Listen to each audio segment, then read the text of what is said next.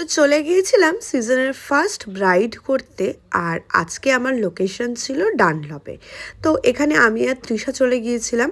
তো আজকে আমার যে ব্রাইড ছিল বেসিক্যালি তার ছিল আজকে রেজিস্ট্রি ম্যারেজ। তো সেখানেই আর কি সে একটা প্রপার ব্রাইডাল লুক নিয়েছিল। তো এটা হচ্ছে আমার ব্রাইড। তো আর সুদেশ্বরী দেখি বলো দিদির আজকে তুমি কেমন লুক কিরকম চাই। লুক চাইছো?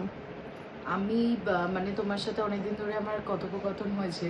তো তুমি মানে আমার কাছে ছবি চেয়েছিলে, আমি সেটা পাঠিয়েছিলাম।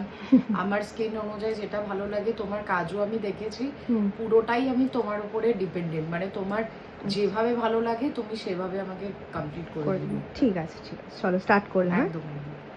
ক্লায়েন্ট যখন মেকআপ আর্টিস্টের ওপরে পুরো দায়িত্ব দেয় তখন কিন্তু একজন মেকআপ আর্টিস্ট হিসেবে আমাদের দায়িত্বটা অনেক বেড়ে যায়। আর আমার একটা জিনিস মনে হয় যে আমার পছন্দ হলেই ক্লায়েন্টের পছন্দ হবে বা আমাদের পছন্দ মিলবে এমন কিন্তু কোনো কথা নেই। তাই আমি সবসময় আমার ক্লায়েন্টদেরকে প্রত্যেকটা স্টেপ দেখিয়ে দেখিয়েই কিন্তু কাজটা করি। 2026-27-এর জন্য যারা ব্রাইডাল বুকিং করতে চাইছো তারা নির্দ্বিধায় আমাকে বুক করতে পারো। তোমাদের পছন্দ মতোই কিন্তু তোমরা লুকটা পেয়ে যাবে।